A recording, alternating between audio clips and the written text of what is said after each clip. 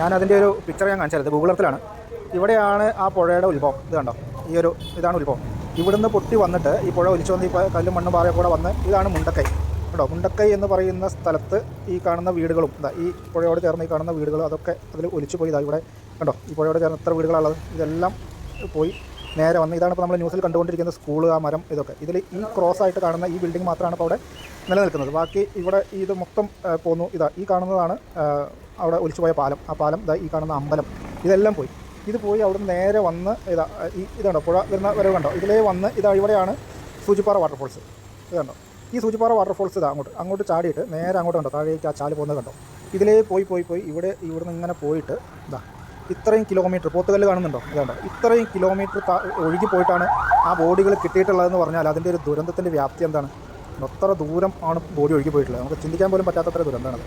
ഇനിയും എത്ര ആൾ കിട്ടാനുണ്ടെന്നുള്ളതാണ്.